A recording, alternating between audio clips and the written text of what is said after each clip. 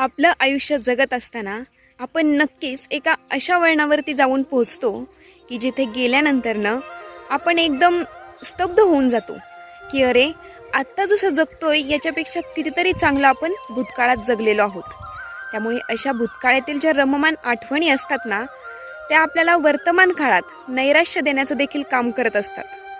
परंतु या आठवणींमध्ये न रमता आपण जेथून आहोत तेथून बाहेर पडण्यासाठी आपल्याला हातपाय हलवण्याची नितांत गरज असते. आणि जर ते तसं केलं नाही तर जेथून आहोत तेथून तळाला जाण्याची सुद्धा दाट शक्यता असते. कसं आहे, अशा ज्या अनकम्फर्टेबल सिच्युएशन्स असतात त्या आपल्याला नक्कीच आपलं एक चांगलं स्टेटस, चांगली लेवल गाठण्यासाठी मदत करत असतात.